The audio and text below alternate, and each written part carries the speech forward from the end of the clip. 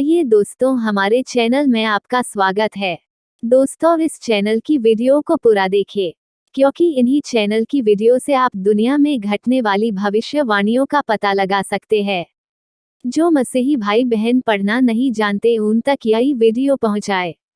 धन्यवाद। तो चलिए शुरू करते। फिर जब मनुष्य भूमि के ऊपर बहुत बढ़ने लगे और उनके बेटियां उत्पन्न हुई। उत्पत्ति 6:1। तब परमेश्वर के पुत्रों ने मनुष्य की पुत्रियों को देखा कि वे सुंदर हैं, सो उन्होंने जिस जिसको चाहा उनसे ब्याह कर लिया।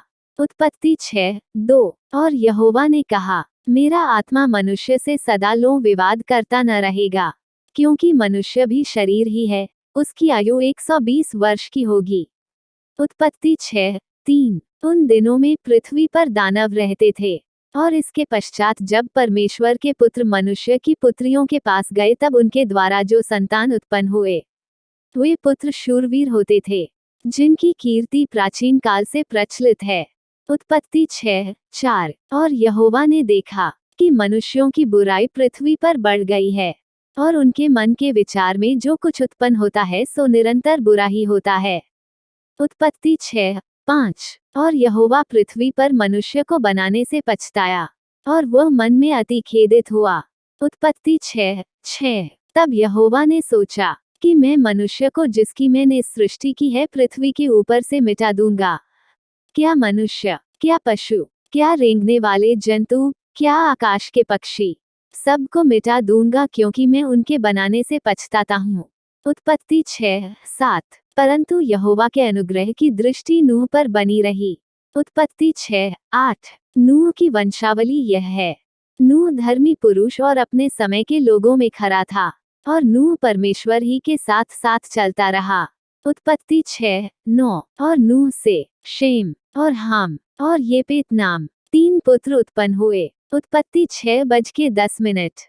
उस समय पृथ्वी परमेश्वर की दृष्टि में बिगड़ गई थी और उपद्रव से भर गई थी। उत्पत्ति 6:11।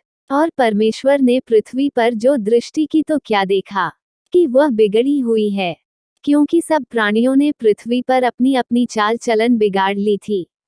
उत्पत्ति 6:12। तब परमेश्वर ने नूह से कहा, सब प्राणियों के अंत करने का प्रश्न मेरे सामने आ गया है, क्योंकि उनके कारण पृथ्वी उपद्रव से भर गई है, इसलिए मैं उनको पृथ्वी समेत नाश कर डालूंगा। उत्पत्ति 6:13। इसलिए तू गोपेर वृक्ष की लकड़ी का एक जहाज बना ले, उसमें कोठरियां बनाना और भीतर बाहर उस पर राल लगाना। उत्पत्ति 6:14।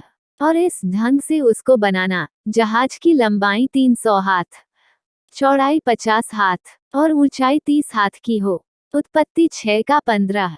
जहाज में एक खिड़की बनाना, और इसके एक हाथ ऊपर से उसकी छत बनाना, और जहाज की एक अलंग में एक द्वार रखना, और जहाज में पहला, दूसरा, तीसरा खंड बनाना। उत्पत्ति 6:16। और सुन, मैं आप पृथ्वी पर जल प्रलय करके सब प्राणियों को जिनमें जीवन की आत्मा है, आकाश के नीचे से नाश करने पर हूँ, और सब जो पृथ्वी पर हैं मर जाएंगे। उत्पत्ति 6:17।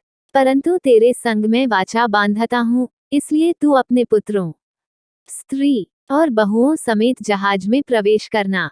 उत्पत्ति 6:18। और सब जीवित प्राणियों में से तू एक एक जाति के 2-2, अर्थात एक नर और एक मादा जहाज में ले जाकर अपने साथ जीवित रखना। उत्पत्ति 6:19। एक एक जाति के पक्षी और एक एक जाति के पशु और एक एक जाति के भूमि पर रेंगने वाले, सब में से 2-2 तेरे पास आएंगे, कि तू उनको जीवित रखे। उत्पत्ति 6:20। और भांति भांति का भोज्य पदार्थ जो खाया जाता है, उनको तू लेकर अपने पास इकट्ठा कर रखना, सो तेरे और उनके भोजन के लिए होगा। उत्पत्ति 6:21। परमेश्वर की इस आज्ञा के अनुसार नूह ने किया। उत्पत्ति 6:22। वीडियो देखने के लिए आपका बहुत बहुत धन्यवाद। परमेश्वर आपको और आपके परिवार को आशीष दे। आमीन।